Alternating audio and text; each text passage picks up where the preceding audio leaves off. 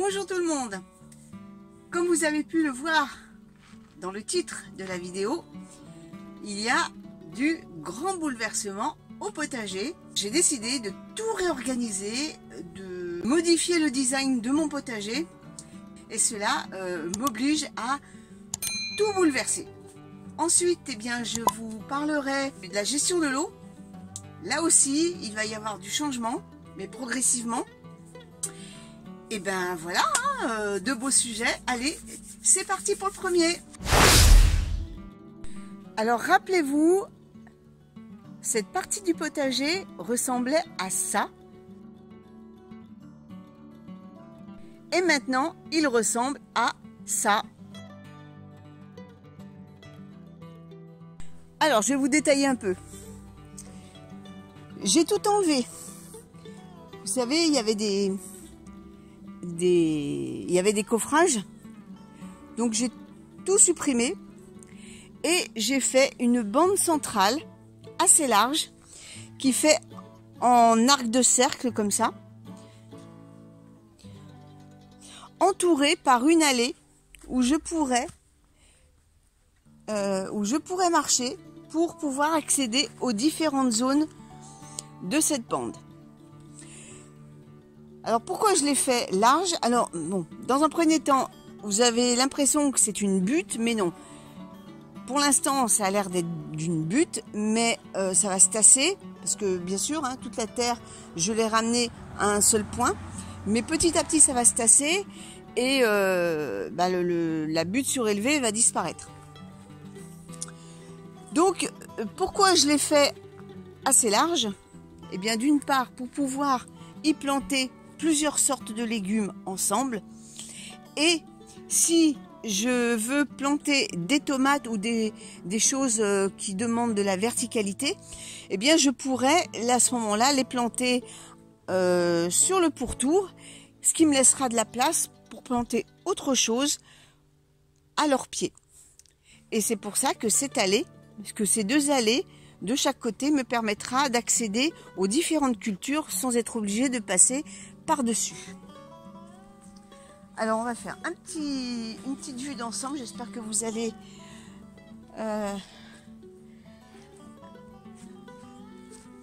distinguer le relief. Alors j'ai déjà mis des choses en place. J'ai mis les choux asiatiques, bien sûr protégés par un voile anti-insectes. Et j'ai repiqué également la chicorée que je vous avais montré, qui est en godet, hein, que je vous avais montré. Et bien là, je l'ai installé ici, un peu de partout. Alors les courgettes, je les garde, parce qu'avec la pluie qu'on a eue et la fraîcheur, par rapport à ce qu'on a eu, oui, il fait plus frais. La température est quand même plus respirable. Et j'ai des petites courgettes qui commencent à se former. Donc hors de question d'arracher les pieds. Hein, parce que je peux avoir encore des courgettes hein, dans l'arrière-saison. Donc voilà. Voilà mon gros chantier. Alors ça, je l'ai fait hier. Et je l'ai terminé aujourd'hui. Alors à terme, ici, dans les allées, je vais mettre du broyat pour délimiter justement l'allée où on marche et la zone de culture, puisqu'ensuite la plate-bande va s'affaisser. Et je ne veux pas marcher sur la plate-bande puisque mon maquette c'est un potager sur sol vivant, et lorsqu'on cultive sur sol vivant, eh bien les endroits où on cultive, on ne marche pas dessus. Et ensuite, c'est pas fini parce que j'ai un autre endroit aussi que je veux modifier. Mais ça, je peux pas le faire maintenant puisque j'ai encore des cultures en place. Ah, j'oubliais, pendant que j'y suis, bon, ce bac-là, il reste encore. Et le bac qui était, celui-là qui était ici, eh bien, je l'ai mis de l'autre côté, ce qui fait une autre zone de culture. Ça, je l'ai également fait hier. Alors là-dedans, je suis allée chercher le compost qui était au fond vers les poules. Donc j'ai mis en dessous, j'ai mis du carton. Et ensuite j'ai rempli de compost. Donc voilà, ça donne une vue d'ensemble comme ça à peu près. Attendez, je me recule pour que vous puissiez voir, essayer de voir le maximum. Voilà, voilà ce que ça donne. Voilà un peu l'idée, quoi. Ensuite, deuxième chantier qui se fera plus tard dans la saison lorsque j'aurai tout récolté. C'est ici. Alors là-bas, je vais bien sûr l'enlever puisque celle-là c'était destiné pour la future serre, mais comme je ne veux pas en mettre pour l'instant, puisqu'à terme on est amené à déménager, et bien là je vais enlever ces planches. Pourquoi? Et bien parce que celle-là, vous allez voir, je m'en suis aperçue ce matin. Oh, une jolie petite sauterelle. Regardez, voilà, ça se fend. Donc, je ne veux plus de planches. À part les deux là qui restent, mais tant qu'elles durent, je les garde. Après, une fois que ça sera terminé, une fois qu'elles seront fichues, bah, je ne les remplacerai pas. Donc celle-là, j'ai demandé à mon mari quand il sera dispo, hein, parce que je ne veux pas non plus l'accaparer pour mes petits travaux, c'est de me défaire les planches, toutes les planches, je les enlève toutes, je vais passer la grelinette de partout, de façon à aplanir la zone, de ne faire qu'une seule zone de culture. Là, il n'y aura plus d'allées. Je vais la prolonger à peu près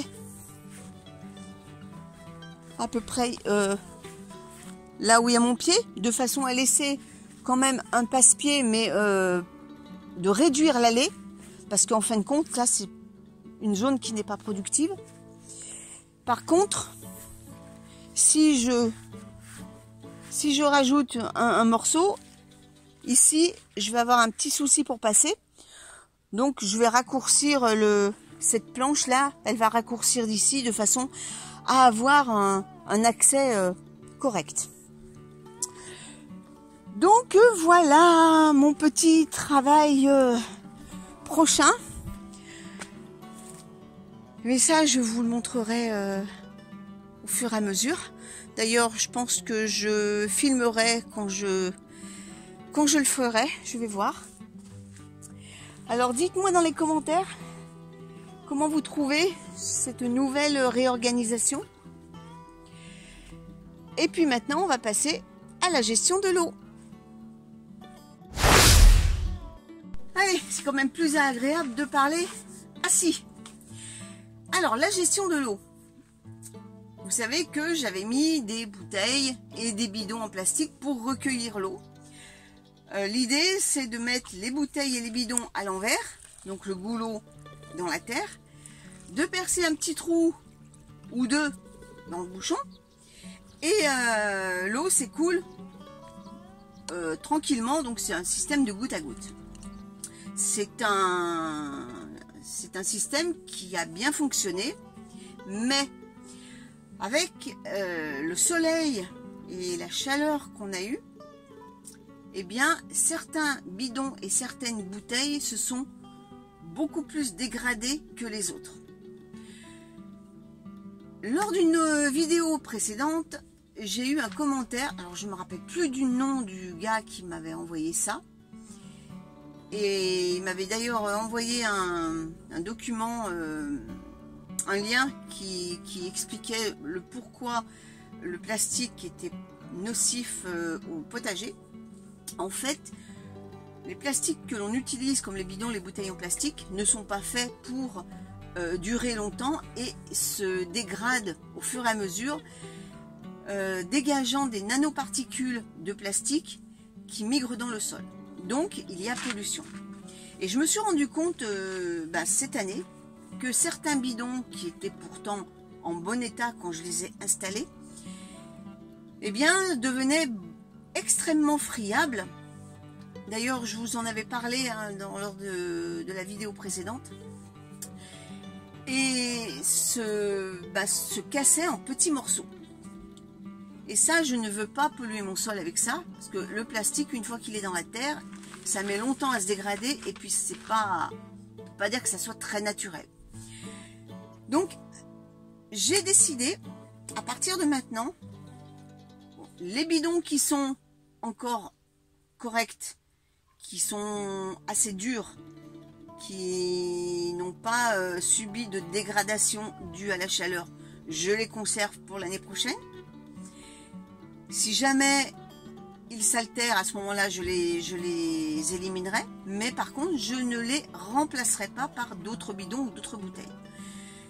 Alors, mon but, c'est de me passer justement de tous ces artifices et d'avoir un sol suffisamment spongieux pour retenir la moindre goutte d'eau. Mais ça ne veut pas dire que je ne vais pas arroser, parce que je ne vais pas en reparler, hein, mais là, le potager sans eau, moi personnellement, j'y crois pas. Sans irrigation ou avec moins d'irrigation, oui, à condition d'avoir un sol capable de retenir suffisamment longtemps l'eau, mais sans irrigation, pour moi, c'est pas possible. Car moi, l'eau, c'est la vie. Bref, je passe sur ce sujet. Donc, le jour où j'ai un besoin d'irriguer parce que le climat fait que, parce que la chaleur est intense, parce que le sol s'est vidé de son eau, enfin, bref, pour plein de raisons, je vais investir dans des œillats. Vous savez, c'est des gros pots en terre qu'on enterre à fleurs et qu'on remplit d'eau, et par capillarité, ça diffuse l'eau dans le sol. J'ai des pots en terre, et d'ailleurs j'ai une personne qui m'a suggéré de boucher le trou de mes pots en terre, chose que j'avais essayé de faire, mais malheureusement, alors soit les bouchons étaient trop petits par rapport au diamètre du trou, et donc j'avais essayé de mettre un bout de bois suffisamment gros pour combler le trou, mais l'eau s'écoulait trop rapidement, et ça j'avais abandonné ce truc. Voilà, donc mon idée, c'est ça, c'est de mettre des œillats au cas où j'aurais besoin d'irriguer mon sol et de ne pas être obligé d'aller à l'arrosoir. Parce que ça, c'est franchement, c'est une pratique qui me fatigue. Et bien écoutez, sur ce, je vous souhaite à tous une bonne semaine. Et puis on se donne rendez-vous sans faute, hein, dimanche prochain pour le potager et mercredi pour la cuisine. Salut tout le monde!